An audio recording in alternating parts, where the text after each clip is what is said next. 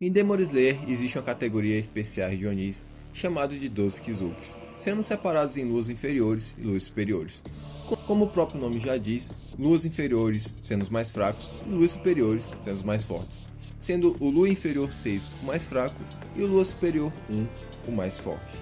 Esses Onis são especiais pois eles são Onis que conseguem ter o seu próprio Kekijutsu, coisa que Onis normais a maioria não consegue ter.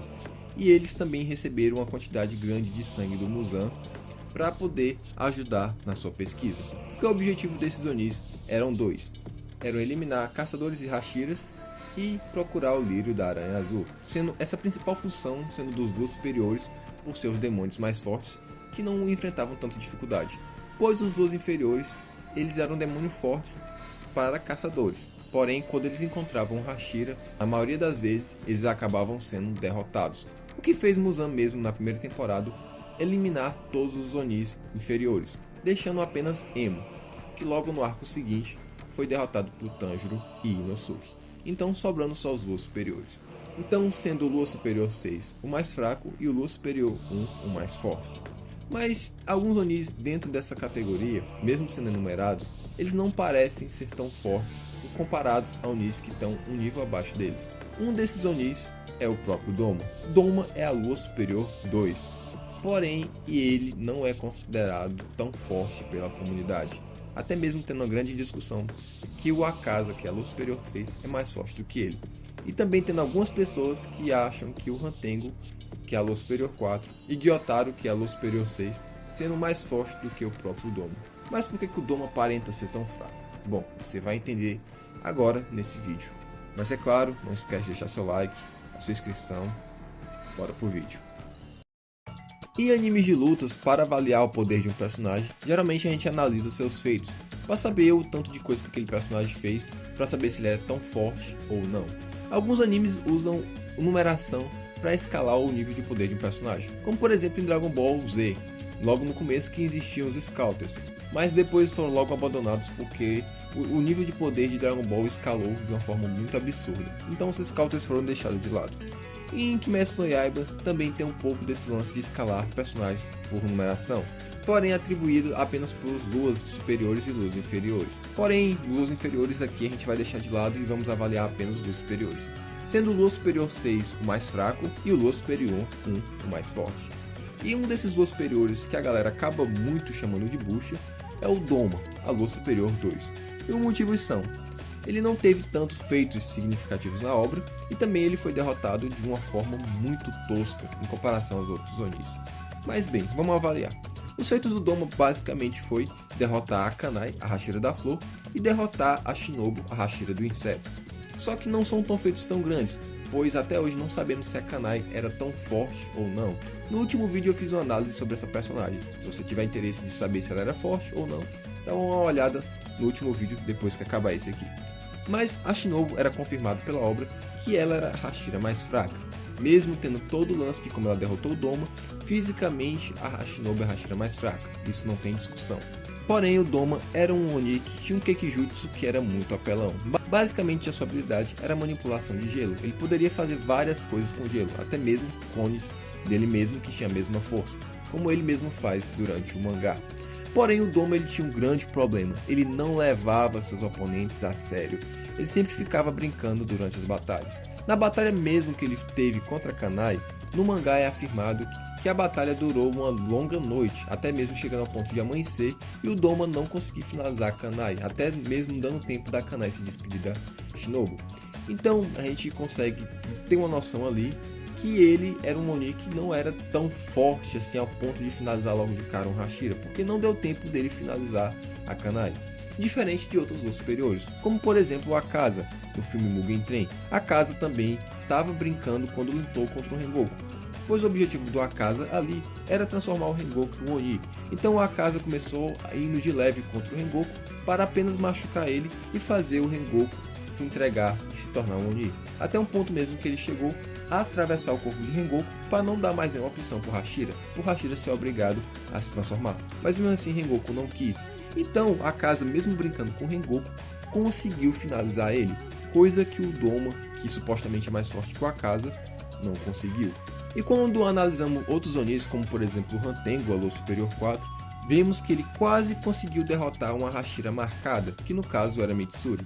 Ele só não derrotou ela, porque no mesmo momento que ele atacou a Mitsuri para finalizar, o seu corpo principal foi derrotado pelo Tanjiro.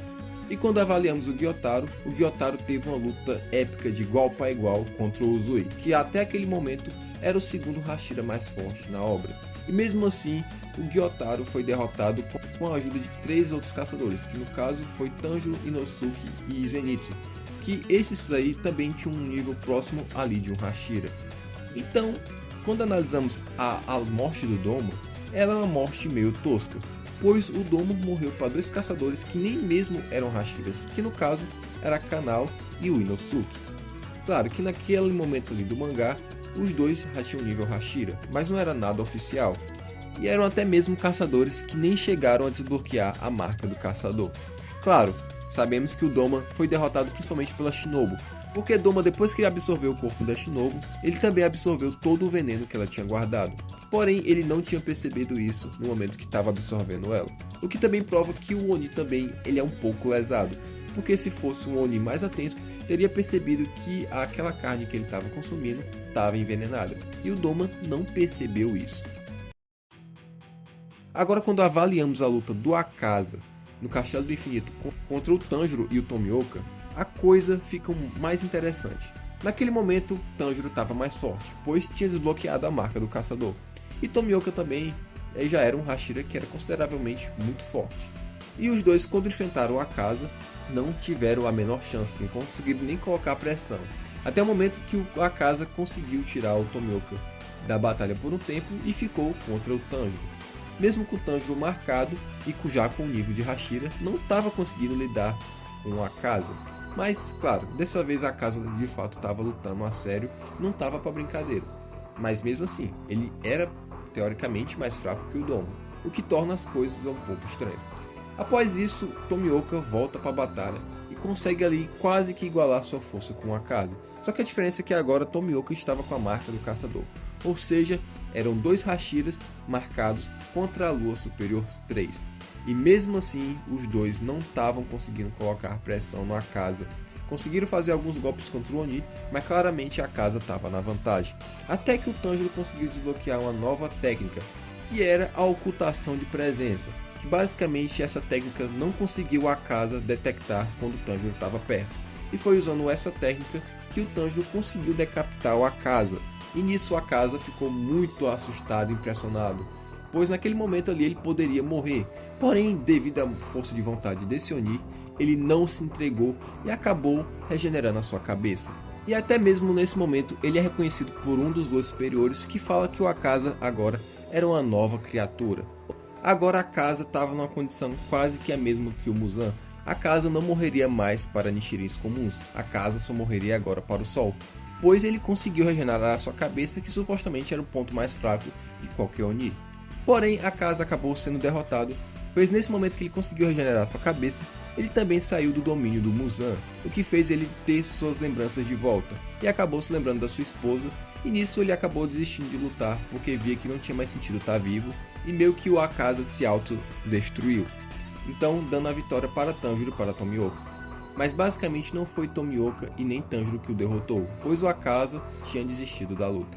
Mas quando avaliamos a luta do Doma, vemos que num certo momento ele acaba achando a luta contra Kanao e Inosuke tão chata, que ele acaba colocando um clone aleatório para lutar, enquanto ele vai dar uma volta pelo Castelo do Infinito. Porém, nesse mesmo momento, o veneno da Shinobu faz efeito nele, o que dá uma brecha para Kanao e Inosuke decapitarem ele. É nesse momento que os caçadores, conseguem derrotar o Doma.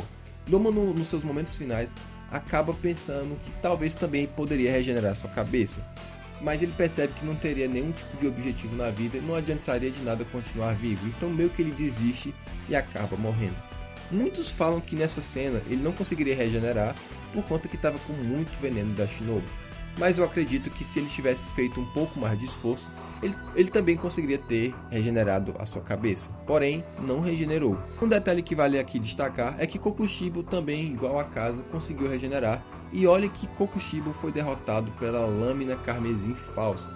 No caso, é uma lâmina carmesim ali feita de forma improvisada, que foi quando a lâmina do Gyomei junto com a do Sanemi se bateram e conseguiram decapitar o Kokushibo. Mas mesmo assim ele conseguiu regenerar sua cabeça, mas também desistiu por se lembrar do seu passado e por também a lâmina vermelha do Muichiro estar atravessada no seu corpo, o que fez também o Oni desistir da luta. Mas a questão que fica, de fato realmente o Doma era bucha ou não? E a resposta é sim e não. Em questão de poderes, escala de poder, o Doma não era bucha, pois ele era o Oni que tinha um Kekijutsu muito forte. Ele poderia eliminar qualquer Hashira com muita facilidade. Mas também, ao mesmo tempo, o Doma era bucha, pois ele não levava a luta a sério. Então, qualquer Hashira que fosse um pouco mais esperto e com estratégia, poderia enganar o Doma e acabar o derrotando, pois o Doma subestimava muito seus oponentes, então não usava 100% das suas habilidades, o que tornava ele meio que bucha. E em relação a Akaza ter superado o Doma, sim, se você ler o mangá, de fato isso aconteceu. No momento que a Akaza conseguiu regenerar sua cabeça, ele conseguiu se tornar mais forte do que o Doma.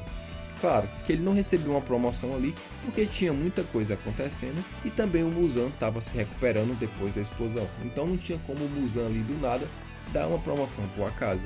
Mas de fato sim, no final da obra a Akaza conseguiu superar o Doma nos seus últimos momentos de vida, ele um Oni que era bem mais poderoso. Mas bem, na sua opinião, Doma era bucha ou não?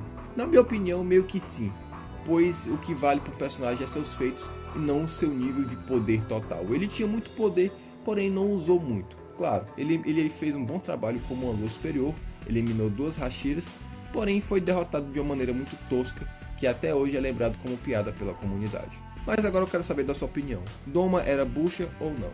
Deixa aqui nos comentários. Mas é isso, se você gostou desse vídeo, deixe seu like, a sua inscrição, valeu, falou e até a próxima.